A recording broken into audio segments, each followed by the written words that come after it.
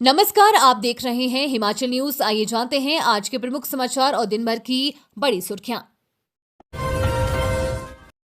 CM Sukhu बोले, हिमाचल के हितों में सहयोग के लिए बड़े भाई की भूमिका निभाए पंजाब और हरियाणा। मुख्यमंत्री सुखविंदर सिंह सुक्खू ने कहा कि हिमाचल प्रदेश को कई मामलों पर अपने हकों के लिए संघर्ष करना पड़ रहा है।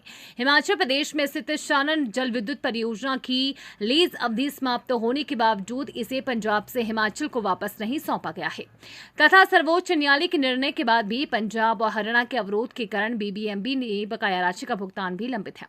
उन्होंने कहा कि पंजाब और हरियाणा हमारे बड़े भाई की तरह है और उन्हें अपने छोटे भाई को उदार सहयोग प्रदान करना चाहिए।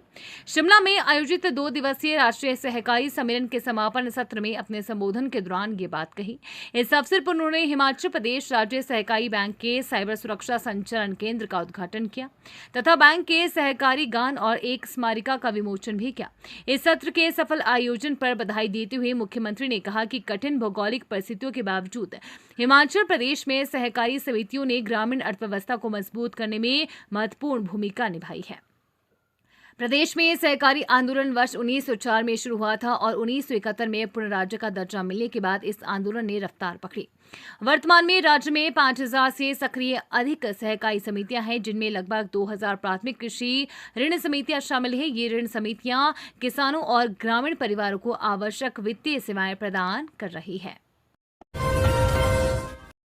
हिमाचल प्री मैट्रिक स्कॉलरशिप की तिथि बढ़ी, अब 30 तक कर सकेंगे आवेदन। केंद्र सरकार की प्री मैट्रिक स्कॉलरशिप के लिए ऑनलाइन आवेदन प्रक्रिया शुरू हो गई है। इस योजना के तहत अनुसूचित जाति के अलावा अस्वच्छ और जोखिम भरे व्यवसायों से जुड़े परिवारों के बच्चों को छात्रवृत्ति दी जाएगी। योजना के तहत आवेदन की अंतिम तिथि 30 सितंबर तक बढ़ा दी गई है। इस छात्रवृत्ति योजना के तहत विद्यार्थियों को प्रति वर्ष 3500 से 8800 रुपए तक की राशि दी जाएगी। इसके लिए किसी भी प्रकार के आय प्रमाण पत्र की आवश्यकता नहीं होगी। UIDAI ने दी बड़ी राहत, 10 साल पुराने आधार को घर बैठे ही फ्री में करें अपडेट, जाने पूरा प्रोसेस। आधार कार्ड, जो अब हर भारतीय नागरिक की पहचान का एक अभिन्न अंग बन चुका है, को हमेशा अपडेट रखना बेहद जरूरी है। सरकारी योजनाओं का लाभ लेने से लेकर बैंक खाता खोलने तक हर जगह इसकी जरूरत होती है। इसी को ध्यान में रखते हुए भारतीय विशिष्ट पहचान प्राधिकरण ने एक महत्वपूर्ण घोषणा की है।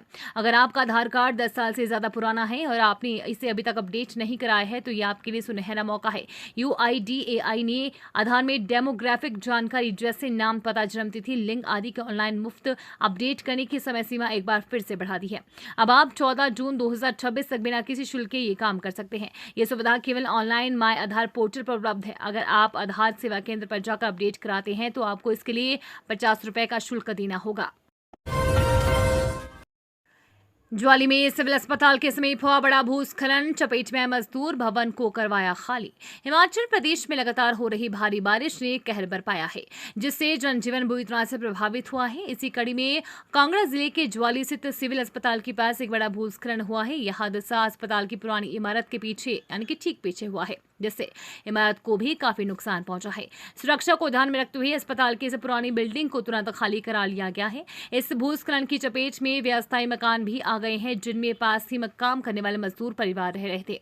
अचानक हुए इस हादसे में कुछ लोग घायल हो गए हैं, जिन्हें तुरंत अस्पताल में भर्ती कराया गया है। डॉक्टरों के अनुसार घायलों की चोटें सामान्य हैं तथा उनकी हालत फिलहाल खतरे से बाहर है।